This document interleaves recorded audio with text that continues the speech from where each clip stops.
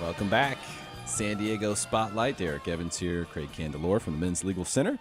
Joining me today, of course, Brett running the board, doing a fantastic job. The great music. No one has to guess who it is when the music's that good.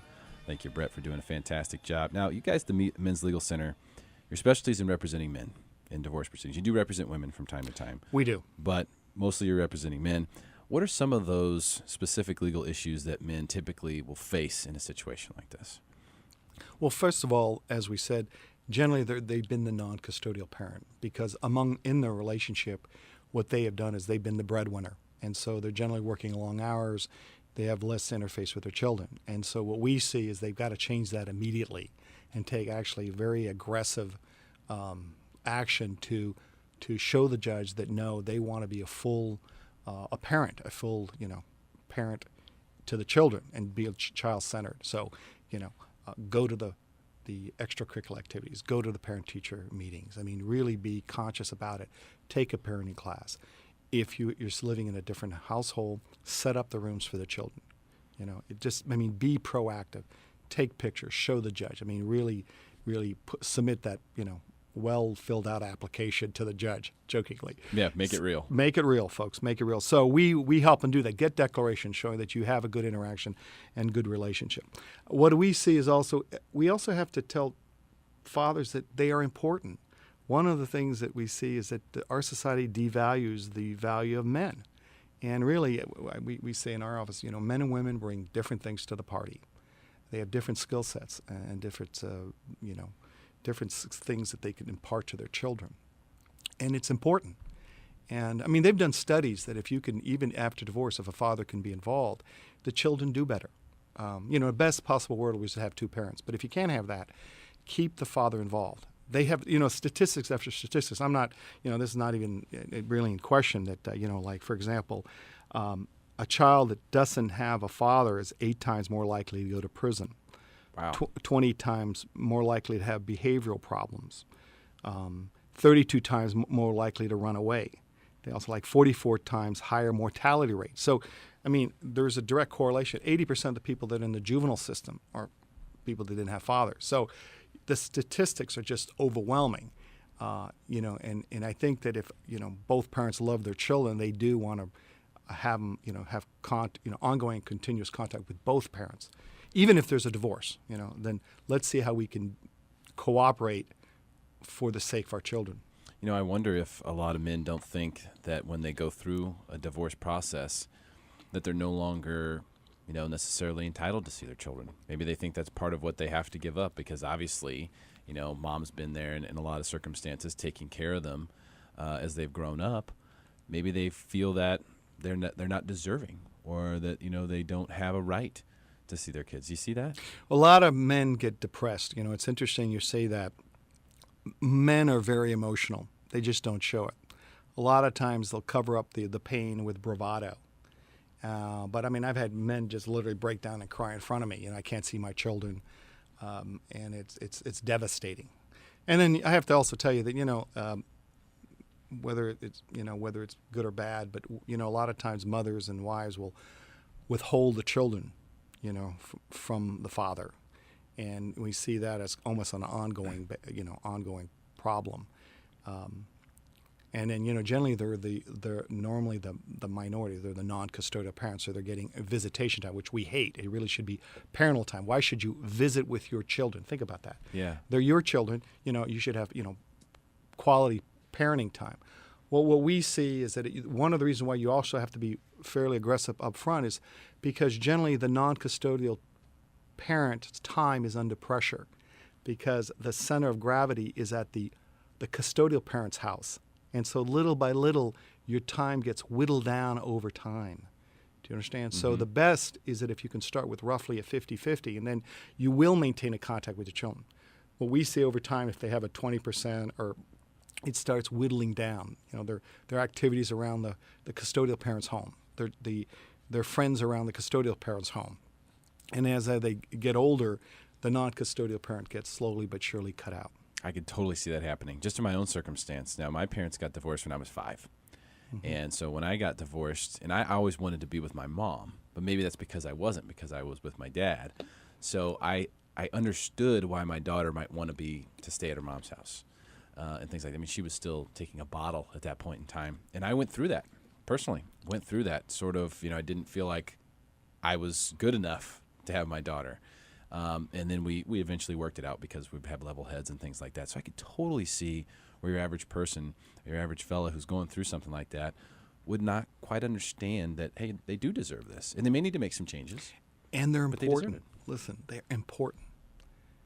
And this is something, Derek, men don't realize that all the statistics show that they're vital to the healthy upbringing of a child.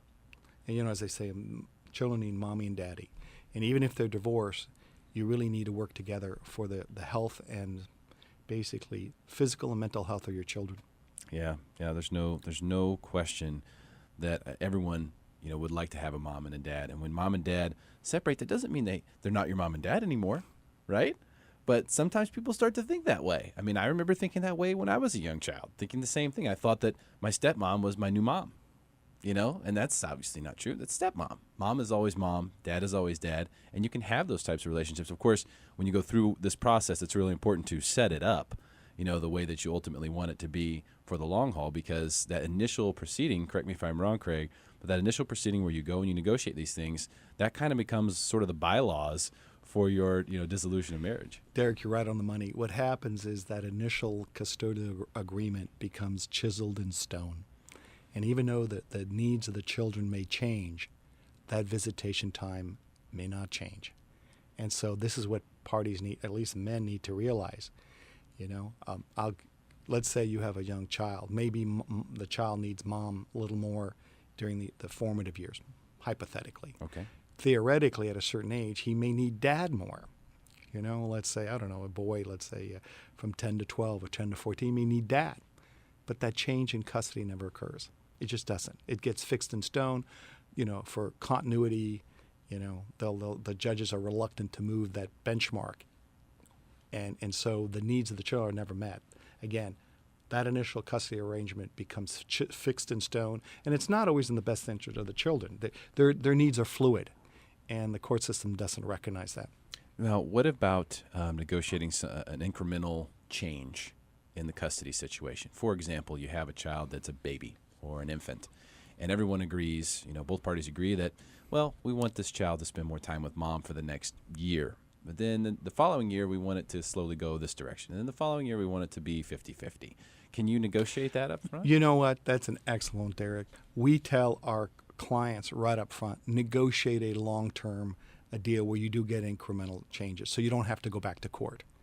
We want them to be so well set up in the sense in the agreement that they don't really need attorneys or they don't have to go back to court. You don't want to be in the court system if you can help it. And so, as you're right, as the child gets older, you want to have more time ultimately leading. And I think the best really is the 50-50, if you can do it.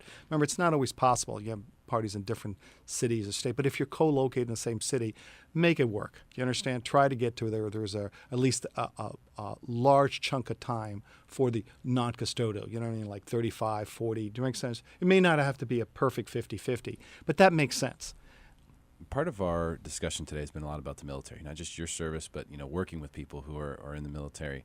How do you do something like that when you never know when you're going to be told that you're going to North Carolina tomorrow or Virginia, or how do you work in that circumstance, the custodial situation, when you could be deployed the next day? Boy, that's a good question. Generally, the service person is at a distinct disadvantage, and it's such a shame. Well, I mean, it's a fact, I guess, but it's just such a shame. I think that, it's terrific to have traveled. Sometimes, it depends on how you look at it. Being able to deploy or, let's say, move and have what they call a permanent PCS move with the military person, the parent. You get to live in different locations. I mean, I think there's some excitement in that. But unfortunately, the court system will say, no, stability and continuity, you will stay with let's say, the home or the local parent. And so it's not right, but it does happen that way. The other thing is the custodial parent doesn't want to give up custody because theoretically they don't know if they'll ever give them back. So does that make sense? Yeah. And so the problem is everybody's afraid of everything, and so they don't really make the decisions in the best interest of the child. I mean, For example, let's say you had somebody who was stationed in Europe. God, it may be a great deal to send a child to live for a year or several years Great in experience. Europe. Yeah, I mean, it's a great But experience. Hard to get everyone to agree to that. Exactly. And Yeah. so the problem is, boy, you have to have some, some very enlightened parents to do that. It makes a lot of sense. That's Craig Candelora from the Men's Legal Center, menslegal.com. Really appreciate your 32 years of service to this country and your time today, Craig. Thank you, Derek. Thank you very much for being in the San Diego Spotlight. ESPN programming is coming up next. We'll be back on Tuesday at 2 o'clock right here on ESPN 1700.